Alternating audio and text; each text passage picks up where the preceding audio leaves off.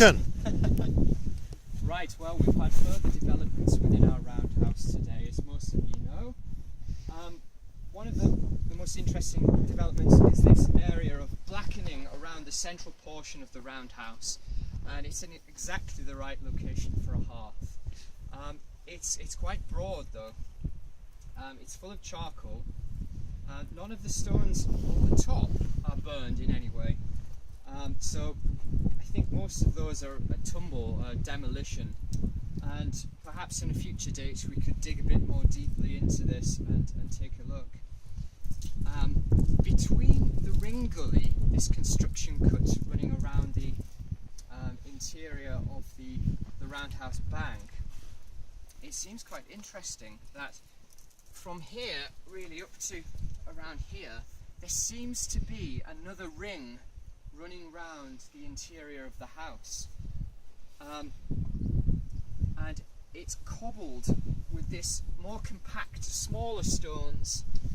There's perhaps parts missing over at that end, but certainly from about there around we have more cobbling, so there could be internal divisions. I don't fully understand it yet. It could just be to do with the hearth. It could be that something else is going on. There is an interesting gully also running through this area, which seems to cut through this cobbling area.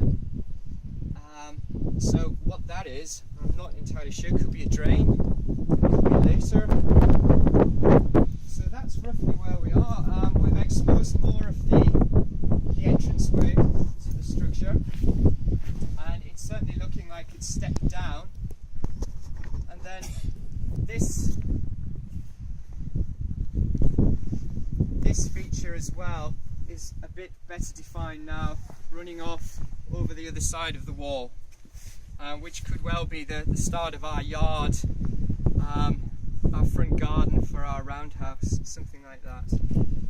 So that's really as far as we've got in here. So at least we're all down onto one level, onto one context. I don't think we're really going to have time this season to go any deeper. It would be lovely to remove the tumble, all of this stone tumble from the banks, but I think it would just take too long, complicate matters. So I think we'll probably leave that for next time round, if there is one. So that's roughly it. So if anyone's got any thoughts on what's going on, it'd be interesting. Yeah. And in strategic terms, this is the right time now to get it to this level, plan it, record it, and leave it with the time and the resources. We've got a really good idea what's here. It is a roundhouse, so there's occupation levels inside it. There's details that we can't answer in the time we're here. So we'll bed this one down effectively tomorrow in many ways. Plan it, make sure it's properly recorded.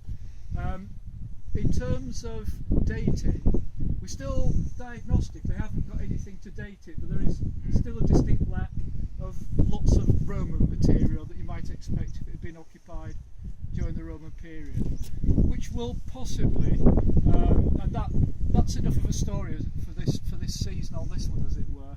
Our chances of finding dating evidence, in fact, is actually much more potential in the house down below the wall where we'll go next, and that's where we're, for the rest of the time, in a way, we'll concentrate our efforts on a little bit more excavation to get something about dating and relative dating. Okay. Anything else? That's about it for this area. There's not really any change down to the boundary there, we're just on with recording it.